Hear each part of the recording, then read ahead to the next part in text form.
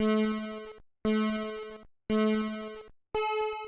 to Sollu Kaburz podcast, inspirational episode special, and a very, very inspirational figure is who we have right here, joining all the way from Washington, D.C., USA, a Hyderabadi affected by polio in his childhood, moved to US, pursued masters, and cut to decades later.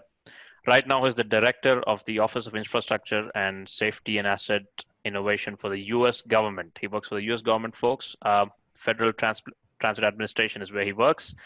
He's also a philanthropist, founder and the president of the Equally Able Association. And there is so much to talk about his life, about his journey, that he ended up writing a book. It's called Ascending Adversity, and it's his life memoir. Thank you very much for joining, Mohammed Yousuf, sir. Welcome to the podcast. How have you been doing? How's the lockdown and the pandemic treating you?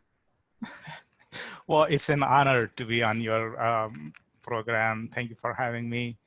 The lockdown is, I think, kind of is like a new normal now. It's been going on for a few months. I think I must also say, even though it's a new normal now, you kind of tend to feel like you want to have the old normal back. Right. As much as we can. Yep. Yes. But what compelled you to write this book, sir? Straight away, I'm going to get into this without further ado. What compelled you to write this book? It's a huge memoir. It's on Amazon, folks. If anyone's listening, it's called. Once again, I'm telling Ascending Adversity. What compelled you to write this book, sir? How many stories do you have?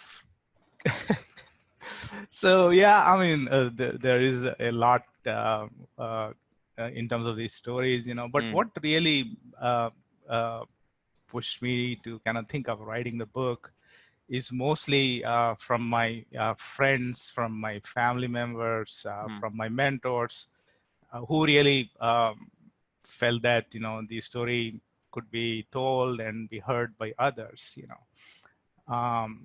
There are 16 chapters in the book. Again, as those of you, I really would find that encouraging, if you were to read and get the book. Right. But there are 16 chapters. But I mean, I must tell you, it's tough to write about everything, Right. from your past and how things have unfolded. But I hope that I pick these stories kind of trending on giving not so much, I don't want to say negative, but that aspect of life, and then also give you the other side, so it's not almost like you could continue to be in the darkest space, as some Right. people would say that. Where it all began, sir? Let's take it from the top. Let's take it from the start, right? You were born in Nizamabad, Telangana, and then you're a Hyderabadi through and throughout. I think you studied in Osmania University. So where did it all began? What was your childhood like? Can we just have a word about that, please? So okay, yeah, thank you. I mean, that's a very intriguing, very deep question, So, but I let me just say, there could be like three buckets that we could put it. One is like just a childhood and dealing with the unknown, like polio was kind of new then. In fact, a lot of people in the 60s didn't know what that meant, the type of devastation that it could cause. Right. And how to even come to reality with it, and to feel that, whatever has happened. You need to look at other ways, of doing or leading a life. And then, take it forward, 10, 20 years. I think the biggest surprise for me was after I had an engineering degree, and then still kind of face the same level of stereotypes and setbacks. It is more in the minds of the people that they try to put a value on you and just say create this unknown limitations or obstacles. That to me was the difficult phase, I think, but also that was the best phase of life, in that it led me to think outside the box. And I think that literally created this phase that you and I are talking today, about coming to the US and in search of a new tomorrow, and 20 years down the road now, you have a life that, it was very hard to imagine that would be possible. Hmm. But what discrimination and difficulties did you face with your time in India, by the way? Because you were in India till your college, which was at you must be at least 22, 23 when you must have left India, if I'm assuming correctly. So what compelled you to leave, and what adversities did you face back then, being with the disability that you had? So purely from like a professional point of view, like Mm, the stereotypes or the setbacks were that, like when I was trying or applying for engineering jobs, mm, people felt that I would not be able to perform the duties, what is required of an engineer. mm, So I was being pushed to take jobs as a telephone operator or a clerk, but I was not able to get an engineering position, in the 2 years or so that I tried from my undergrad to So leaving we India. we are talking about which year here exactly? 1960s, is it? No, I mean 1960s is when I was born, right? Right, So this is like right, 1990s, right. right? Early Mm, 1990s, mm, and the book has a not in a great detail, but a chapter on like what all I tried, But one of the mm, other things was that, I mean, people don't realize like the type of things that people come across. mm, One interesting story that I would like to share with you is like, so back then, like even the jobs in the Middle East were like really something that people crave for. yeah. I had a biomedical engineering specialization.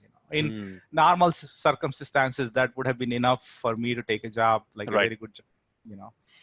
But that didn't happen because again, like people felt like, I'm unfit to do those jobs. In India, I mean, I had really tried even to write to the central government, the state government, um, and and I was asked to go meet other people, but that really didn't really produce the results that you would want to. And then is that what compelled you to move to US to pursue the masters? So yeah, I mean, it for 2 years of trying in India and still Mm, not been able to get where, and honestly, I think that's one of the reasons of the book is like to look for new or very simple opportunities. Sometimes you have these signs mm, that you really don't pay attention to, and those could really trigger a new change or a hope, and mm, that's something that I want to leave with your audience is to not ignore those little signs that come in our lives in various ways and shapes and forms. And one interesting story that I would tell you is like what led me to come to the US. Of course, there were all these other things like not finding what I was trying to find in mm, India. Even in Middle East, there were all these struggles. mm, But what really led to like thinking of coming to the US was the contrast at that time I did with a university catalog from the US, which talked about handicapped parking. mm. Um, and when I read that, I kept thinking like, I mean, if they care about parking so much, what would US be like? Mm. And how could I compare that to like what I'm not able to find in India? Uh, and one thing led to other things. I started to explore more, and thus led to this journey of coming to the US. Mm. What was different in US though, when it comes to treatment of people with special needs and so on, right? Because there must be some stark contrast between India and US and the way they treat people with disabilities, even back in the 90s. Yeah, so one is like the moment you are in the US. Mm, In the book, again, there is this story of how I was treated at the airport. mm, Even getting to the hotel. I was worried about the first day in the US. How am I going to pick my luggage? How am I going to carry that? And then you see this very different contrast. Of like the humbleism or the like the way I think it's for a person with a disability, I think dignity, honor, and independence, I think these three things really matter a lot. And when you are not treated with with dignity, I think everyone wants to be treated with like some level of like symbolism. You want to Yeah. feel equal.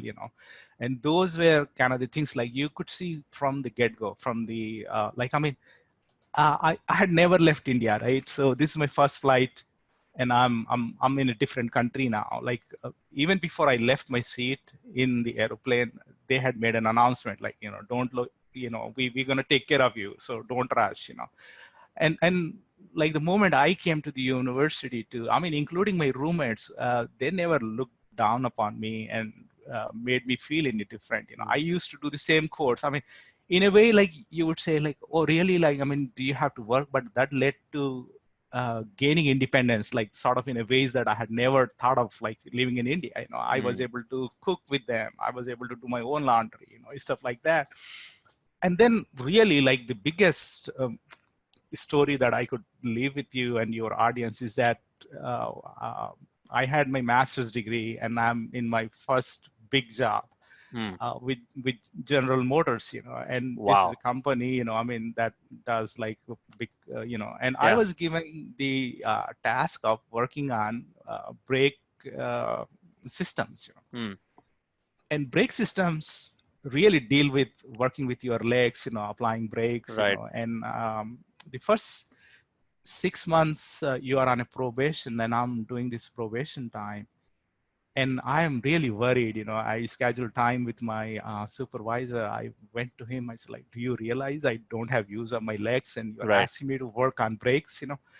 So those are the type of differences you see. I mean, that thing that is still stays with me is like George was my supervisor. He go like, Mohammed, we didn't hire you, I mean, for your like expertise in like applying brakes. We hired Mm. you for what you bring, like your mind and those skills. We'll give you help. So Mm. they had assigned people to work with me while I worked with the computers and the software to really work on like what needed to be done on big trucks like the Suburbans and the Silverados that we see. Wow. You worked in General Motors. That's crazy. But um, moving to a different country is a big, big decision, right? So, and it's the epitome of dreaming big, at least back in the 90s, right? Because back in the 90s, moving to US was not in fashion, as fashionable as it is today, where every someone from the street is moving to US every day, right? But back then, who inspired you to like dream big? Who were your inspirations growing up? Who did you look up to? You know, mostly it was my grandma, my parents, but my friends too. Mhm. And what happens is like sometimes when you are fighting a negative, you tend to be in that situation, and due to the nature of that very situation, you feel that even the family gets drowned into that, Mm. and that's a very key thing. Like I want, people to ponder is um, when you are in a situation like that, others could draw different parallels, and Right. they say like, this is possible. Why don't you do that? And I had moments like those. I have people like those, who felt like there is more that I would be able to do than I was just thinking like I am capable of, Mm. so when a negative after a negative gets on you, you feel like, you are a totally different person, nothing is possible, but I think you need to have these shadows. I have a chapter in the book called Visionary Shadows. These are Right. people who draw towards you, and they make you feel different. They make you. So I had people like that who really believe like, there is more that is possible. I mean, like I talk about my grandma a lot. I mean, she was not educated. Like, I mean, really not to the level that people who would be thinking along those lines. Mm. And I don't know what she saw in me, but she was the one who felt like a different uh, tomorrow is possible for me, and she had almost envisioned all of these things, And then you have your parents too, the parents have a bigger struggle, because Mm. it's their baby, If you have like adverse situation, a disability or a medical condition, whatever, their immediate, focus is to make your baby baby feel right, Mm. and do whatever, But at this time, I think especially for people with disabilities, what needs is the community support. What needs is Mm. the support from the outside entities, because you could only do so much living in the family with the best care that is possible. Right.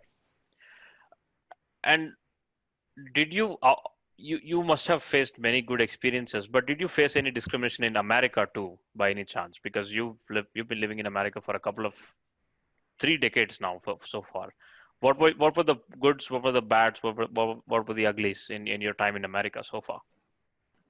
Luckily, honestly, I mean, I have not faced any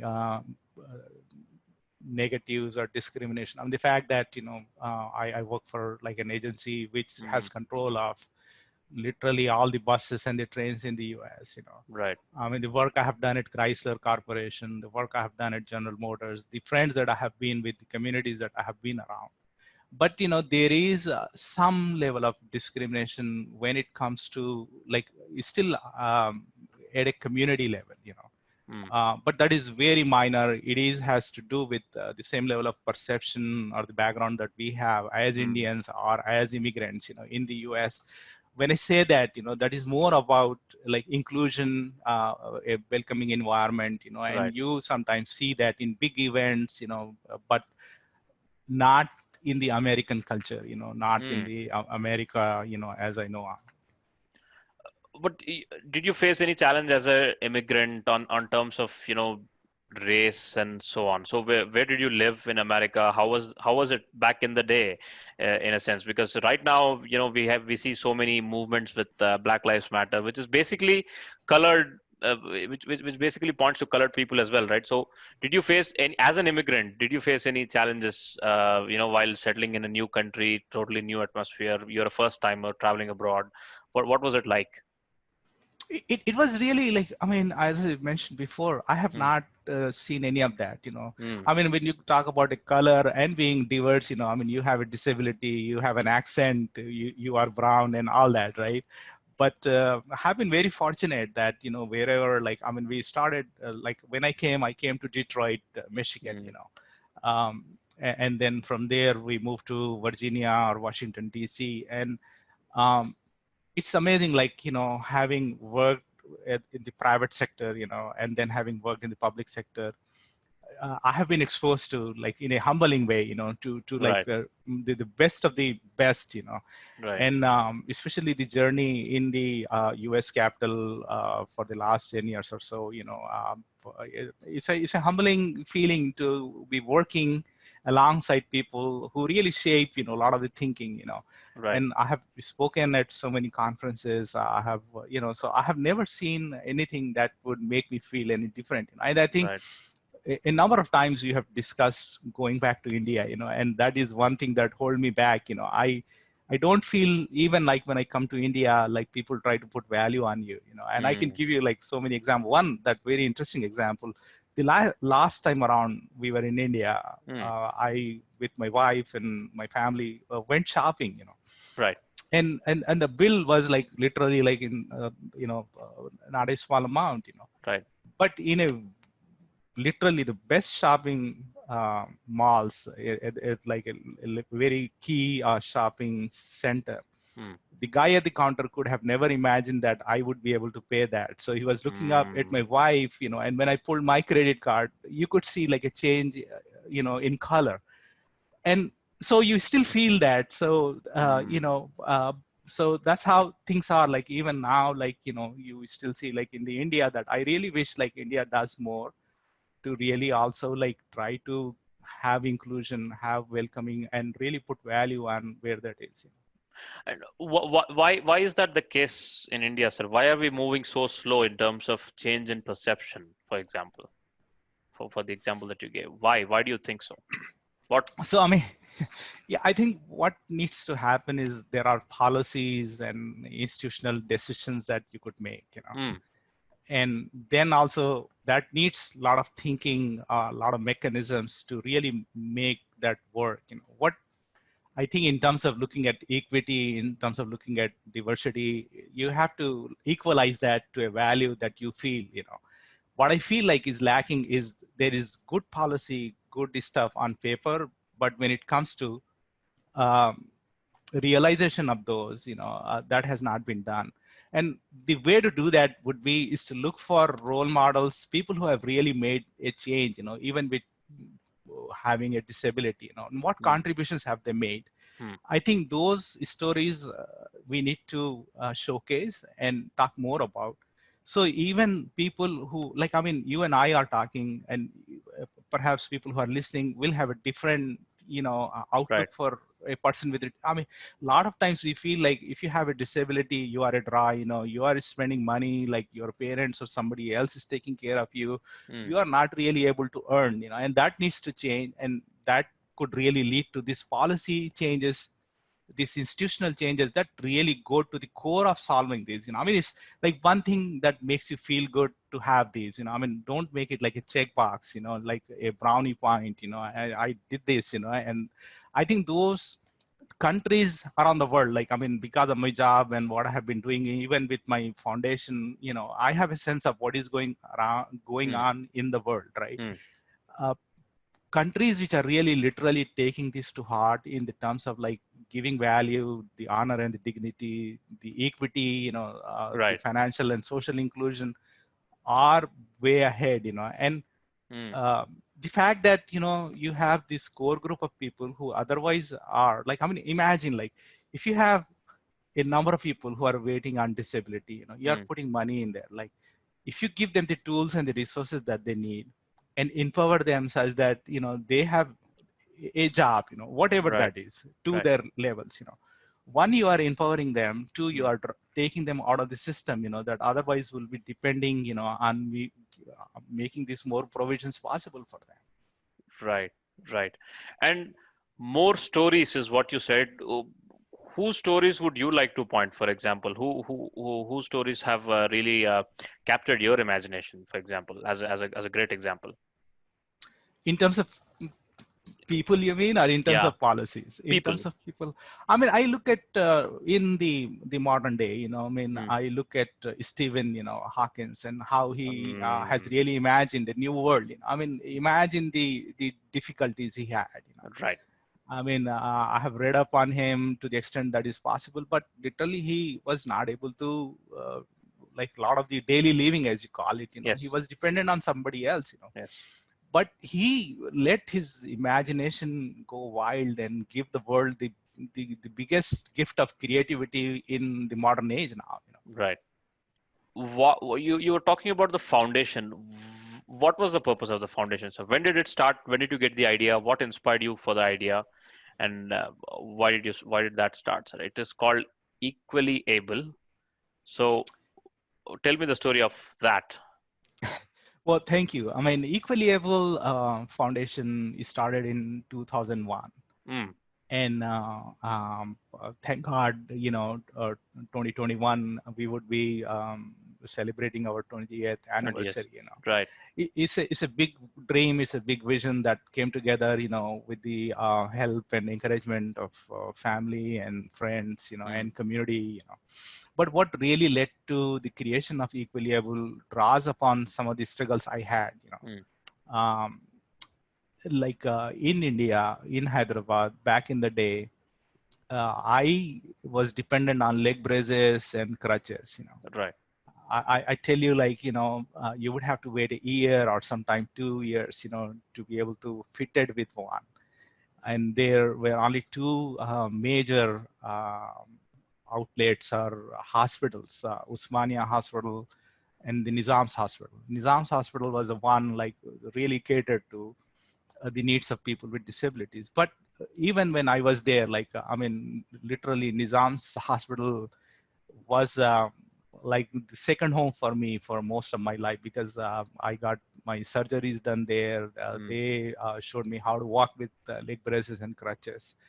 But in as much as am thankful for what all I got, I also saw the other side of, like, the struggles, the difficulties, the wait times.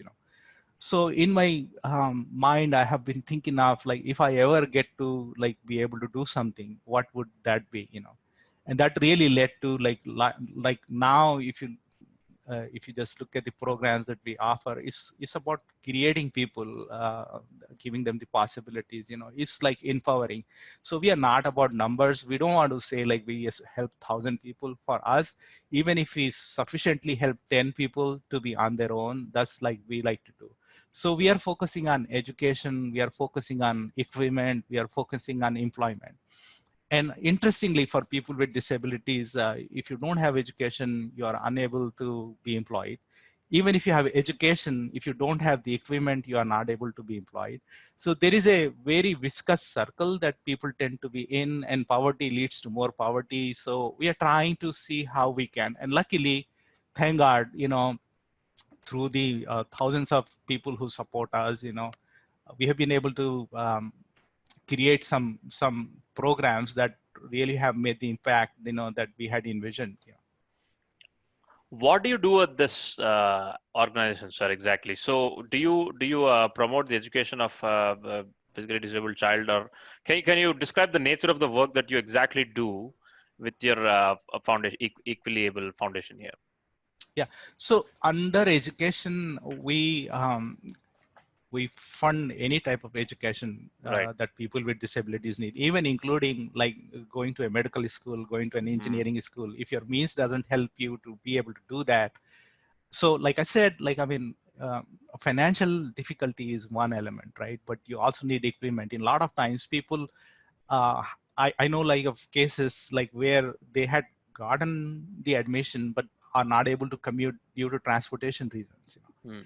A simple scooter, as we call it in India, if you could convert that into a three-wheeler, that gives you a new mobility. Yes. And that literally has made a lot of change for people who are trying to go to school or people who are trying to hold jobs.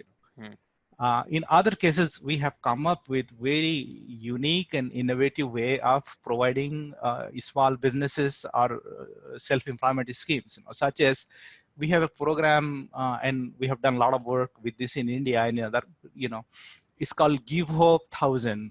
We are Mm. trying to set up 1,000 small businesses at $500 each, no more than $500. Right. So if you could imagine like 35, 40,000 Indian rupees, is able to put someone on his own feet. And you have, I'm just not saying this, I mean, we have examples like that. So I think in terms of like what we are able to do, and in the equipment side, we had partnered with a very reliable, very innovative nonprofit in Mm. UK. They provide this wheelchair which is customized to a person's need.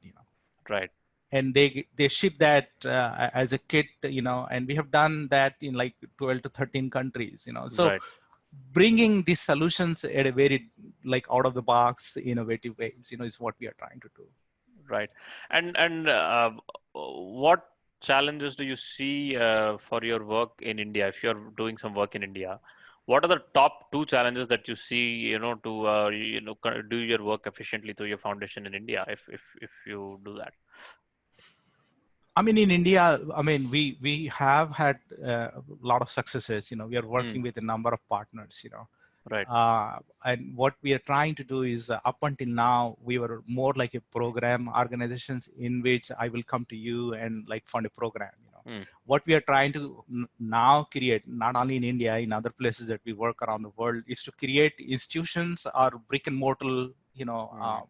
places. Like Right. the idea is that, like, even if we are not around, we want those to be self-sustaining and stay there, Right. with or without our help. Right. So if you have any listeners who would like to be, part of the journey, uh, they could send an email like info@equallyable.org, or they could just go to the website equallyable.org. I think those are like the type of things that we like to really be able to do. What was the best success story that to come out of your organization, sir, Equally Able? What is the best success story that you can point at? What was the story that really made you proud to when you look back at it and you feel like, yep, this is exactly why I started it, and this was worth it.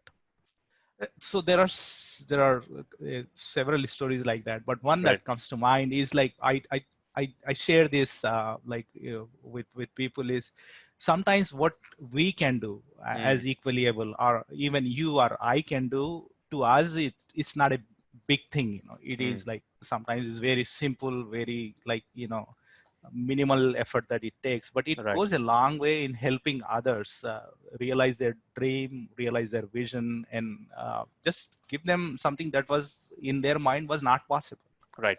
So the example I share is like, I think about 4 years ago, I got an email from Mm. someone in Calcutta. This is like a literally true story. Right. He goes like, I have an admission in IIM, Mm. and it needs like X number of rupees, which I don't have. And I was just Googling to find what organizations I could reach. I came across Equiliable. Can you do something?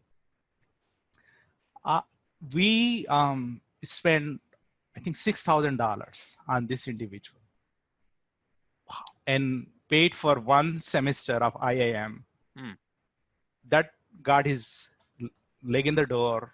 He now is he has completed his education.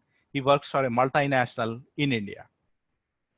So you look at like stories like that, Right. and very recently during pandemic, I had been approached by another person in Telangana. He Mm. has MS, and we had tried to help him in the past, and Mm. he's like, I like to do something online.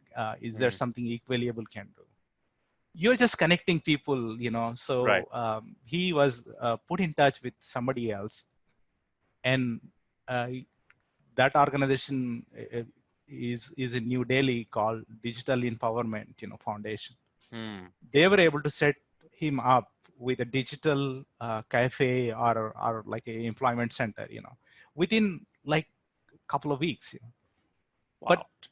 that really shifts people, from being like totally in like nowhere to like where it is possible now. Right. Do you think people are becoming more aware and more charitable in terms of their efforts to put people who are under unfortunate circumstances than they were in the past? Do you think the current generation is more aware and more proactive in such things than the older generations? Yeah, of course, yes. I mean, the new generation also has a different mindset and different Mm. outlook, and they also realize, I think, a lot of us like have this perceived notion of what is and what was not, but the Mm. new generation has a different outlook. And that's why I think the future is going to be so much different than what, we could envision.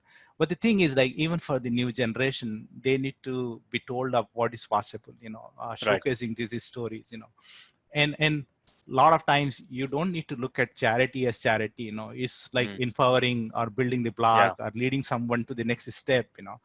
That is why I think a lot of what we try to do sometimes when you have a flood situation or an epidemic, don't look at what you can provide as a means now.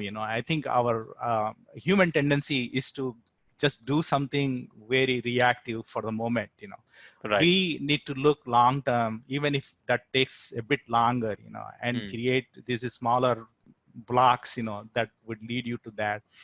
In my mind, I think helping just 10 people be able to sustain their lives on a daily basis for a month is better than creating one or two individuals, who are then able to just take care of themselves and their families, but long term, and that's going to take policies, that's going to take planning, and that also takes giving a new outlook. Right.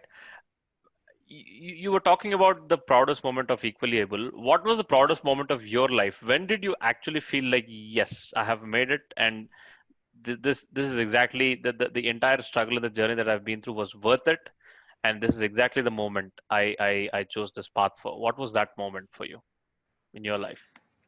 I don't know if there is like a moment like that, Hmm. because one is I still don't think all of that has been possible is due Hmm. to like some things that I have done. Hmm.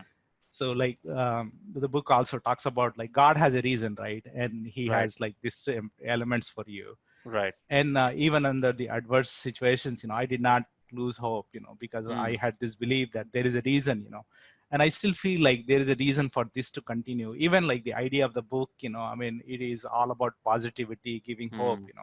I think that aha moment could be that, if this book, if somebody were to read this and say like, because of this, I thought of this and that led to this change, maybe that would be the case. But I mean, in I'm really thankful, I mean, I'm really thankful, and I feel blessed and honored, and that is because of like your faith in God and like what He has for you, in His store, despite all the challenges, But then it is like, I don't think like it is anything that I have done that would lead to say like, oh, this is because I don't feel that way.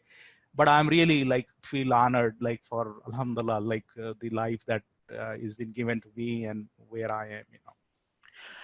You spoke of the importance of support system of friends and family in your life. Can you please emphasize a little more on that, because that is the number one thing that people with special needs lack, right? That is the number one impediment, right? So can you please emphasize the importance of that for a few minutes?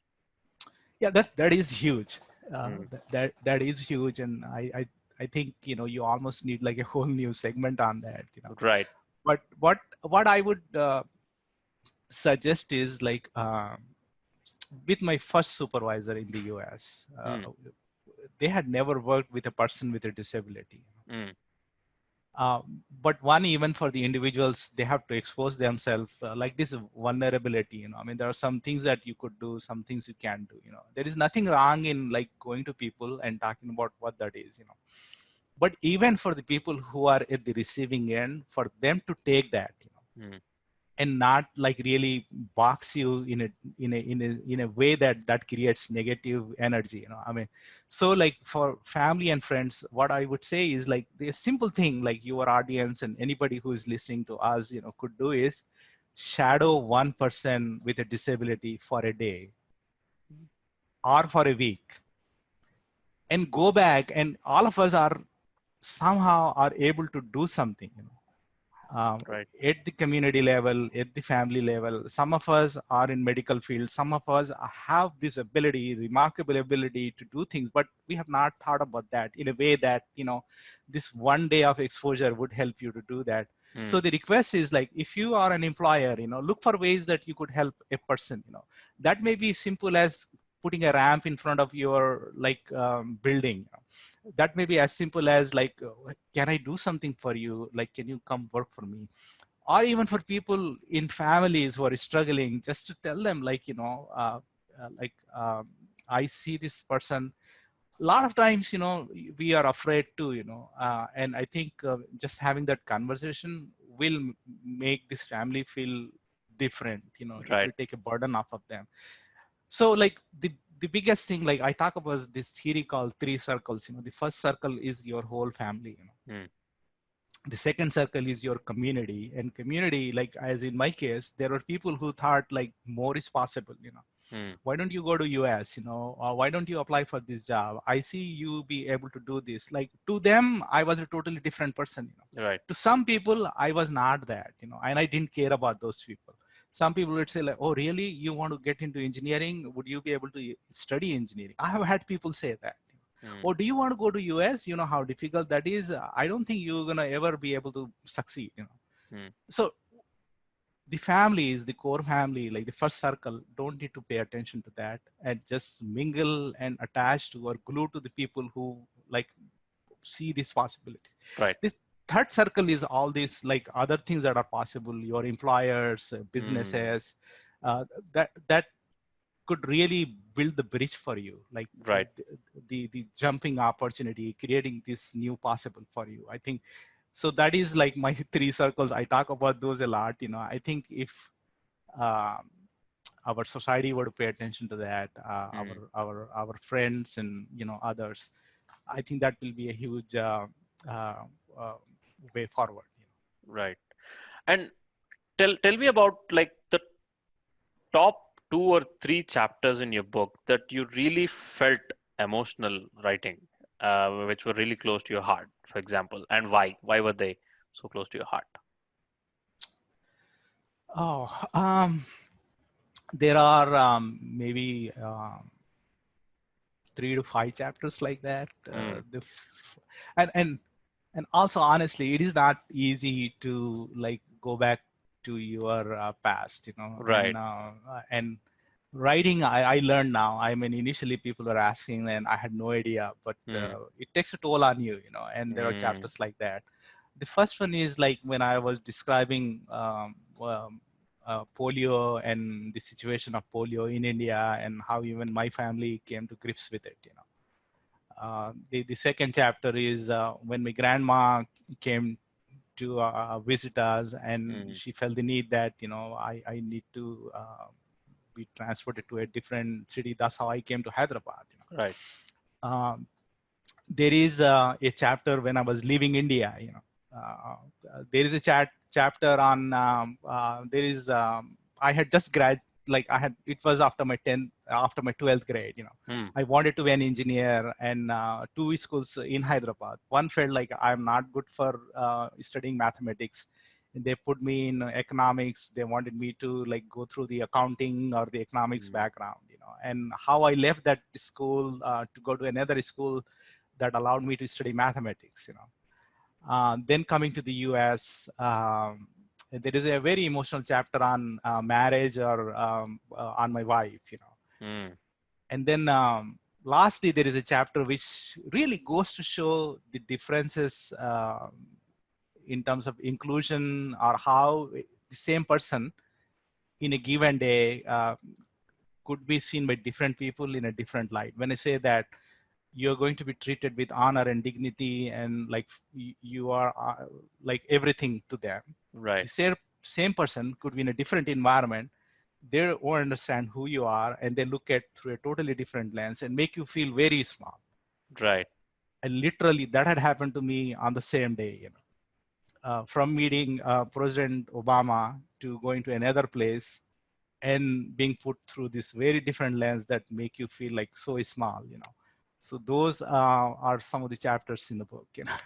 Oh my God, you met President Obama. You said I had asked you the question, what was the most proudest aha moment in your life? That don't you think that was the moment when you met President Obama? When did this happen? I mean, to that like, so what when I answered your question that way, still in a way I feel like a lot of this is due to like the reasons we talked about. Right. But of course, yes, meeting President Obama.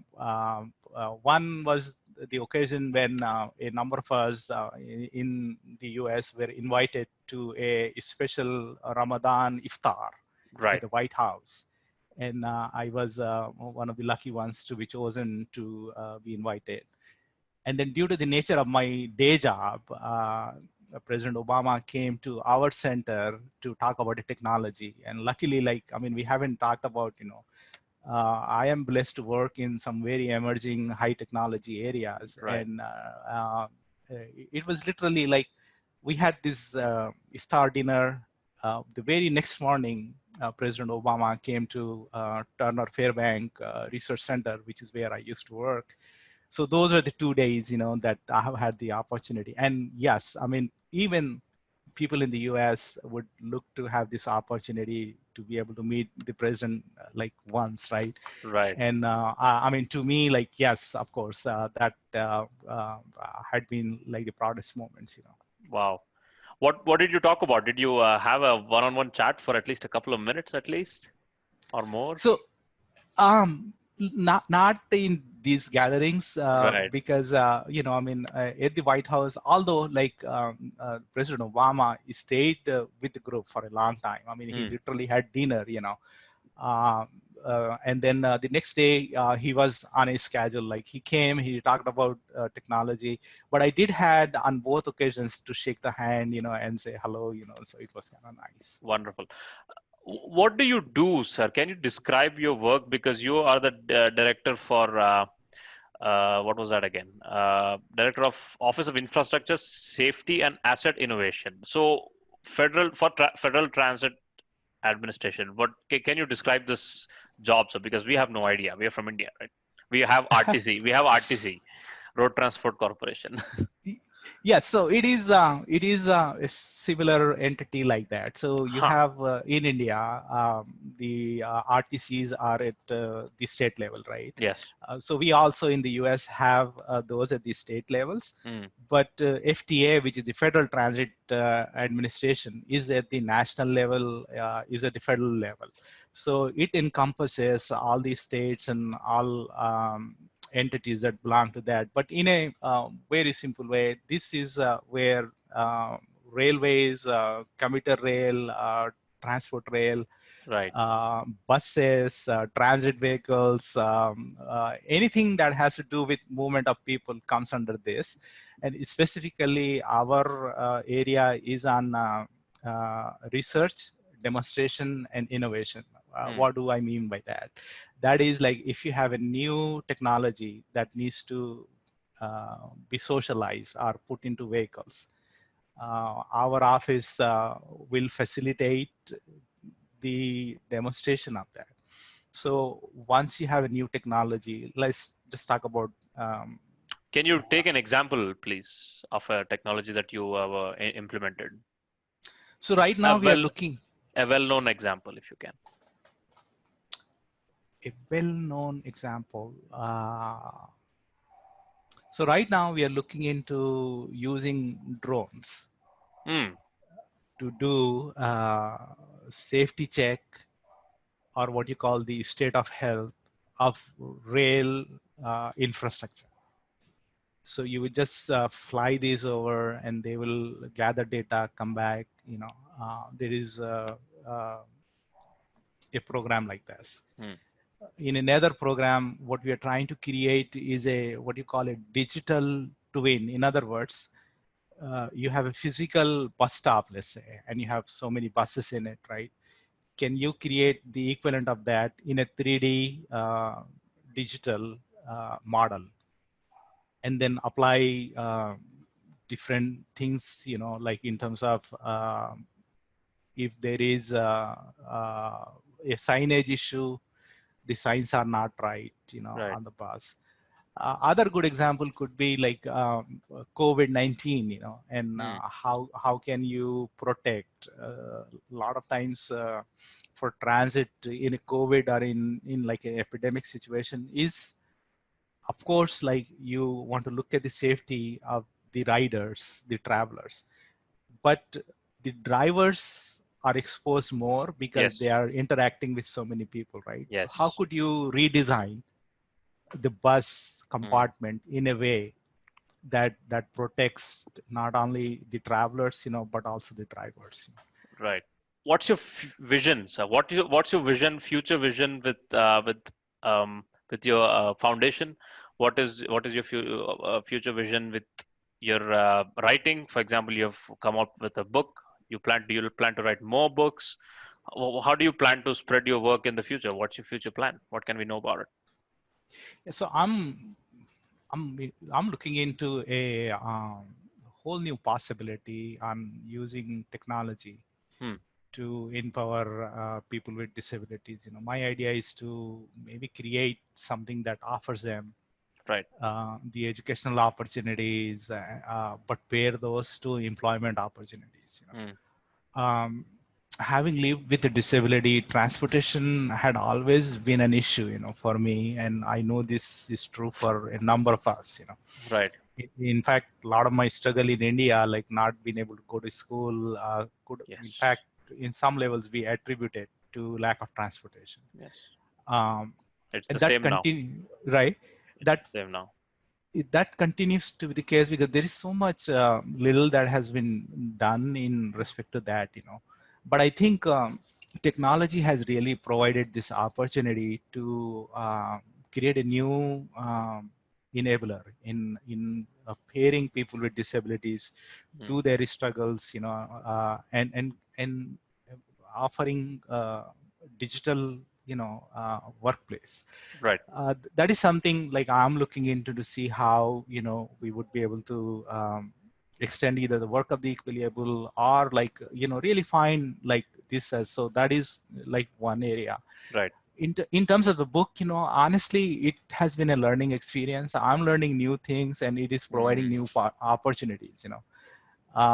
Initially, when I was writing the book, a good friend of mine has asked, like, what is your voice? What are you writing about?